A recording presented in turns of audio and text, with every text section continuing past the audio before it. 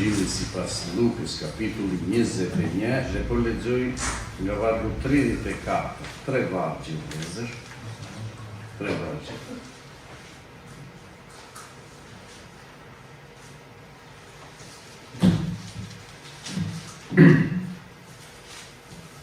Janë fjalët e Jezu Krishtit, vëllezër, që ju drejtohet të gjithë atyre që e duan Zotin.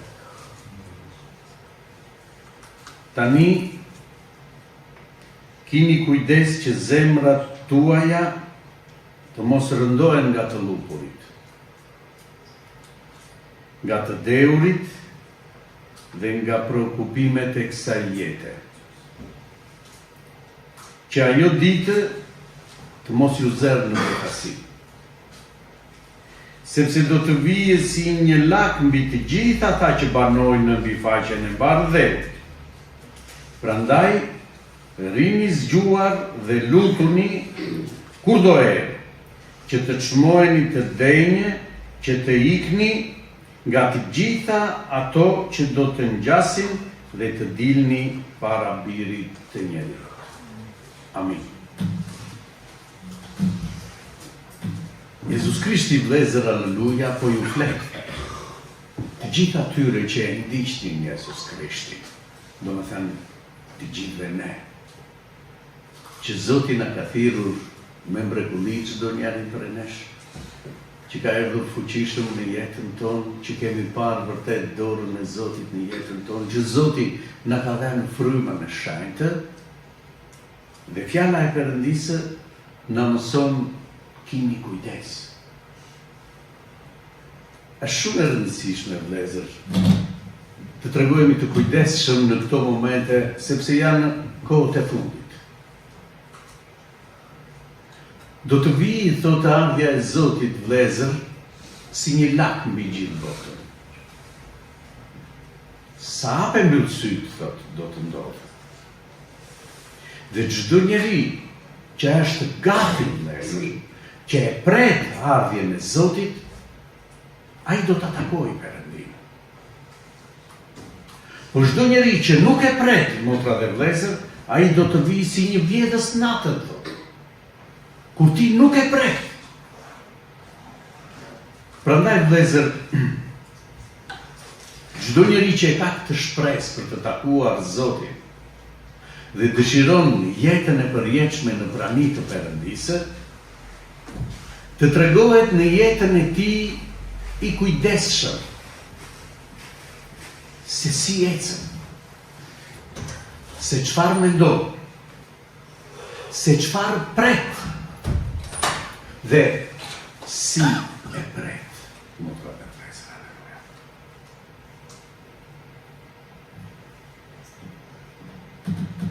Zemrat tuaja të mos rëndohen nga të lupurit.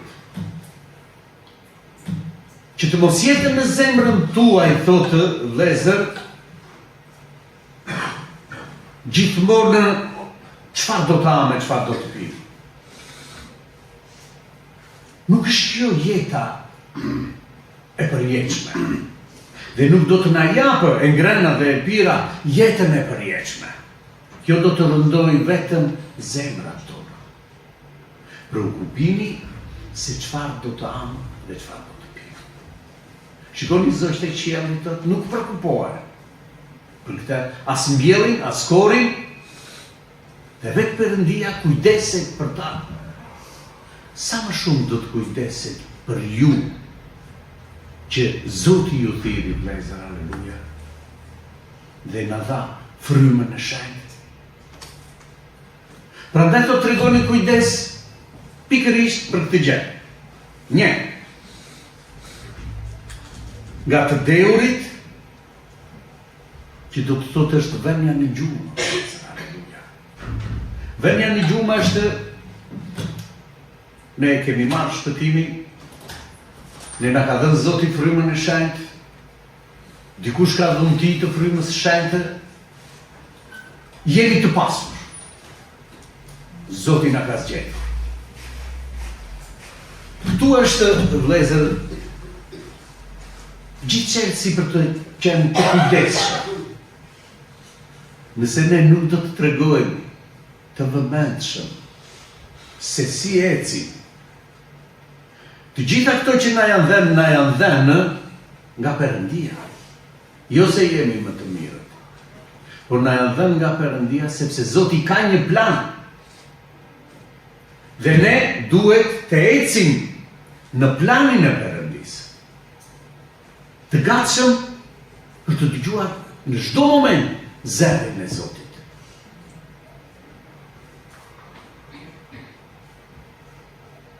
Dhe nga prokupimet e kësaj jete, tregohuni të kujdesshëm nga prokupimet e kësaj jete. Bisedojmë rrugës me vëllezërit kur vim nga Korça, dhe gjithmonë pyetja është si ishim në fillim. Çfarë prokupimesh kishim ne kur Zoti erdhi në jetën tonë? Asnjë lloj prokupimi në këtë jetë, vëllezër, lavdi Emrit të Shenjtë. Vraponin, mezi prisnin të takonin Zotin, të takonin njëri tjetrin. Ky ishte prokupimi i gjithë javës për të takuar Zotin, motra dhe vëllezër. Për të qenë gjithmonë në praninë e tij. Çfarë shikonin? Ku ishim? Dhe si Zoti na mori, motra dhe vëllezër, dhe na ngriti dhe na bekoi dhe u kujdes Zoti për të gjitha ato gjëra që ne kishim nevojë. Tregojmë me njëri tjetrin si ishim para Krishtit. Zero. Asnjë gjë nuk kishim, vëllezër, e falenderojmë Perëndin. Prokupimi ynë ishi njoha Zotin dhe kishim gëzim në zemrat tona të vëmë të flasim me Zotin. Lavdi Emrit të Shenjtë. Ky është prokupimi im. Kjo është dashuria e parë që ne kishim për Zotin, vëllezër. Dhe Zoti vjen tani dhe na thot, keni kujdes. Nuk e kishim lexuar këtë varg. Ishte jeta jonë. Kurse tani që kemi lexuar dhe dimë, Zoti na thot, ki kujdes. Ja prekupimet e kësaj jete. Cili duhet jetë prokupimi i sotit të krishterët? Zoti po vjen. Ky është prokupimi im. Si do dalë përpara Perëndisë? Me çfarë do dalë përpara Perëndisë? Si e kam mbrojtur veten time? Si e shëntyroj, motra dhe vëllezër, ditë për ditë veten time? E falenderojmë Perëndin. Dhe shëntërimi ynë, vëllezër, vjen vetëm duke qëndruar besnik në fjalën e Perëndisë. Për shkak të emrit tim, do keni vështirë, thotë Zoti, sepse herojtët fjalën time, unë kam hapur portën e qiellit. Ky është prokupimi ynë, dhe ky është besimi ynë, dhe ky është gëzimi ynë.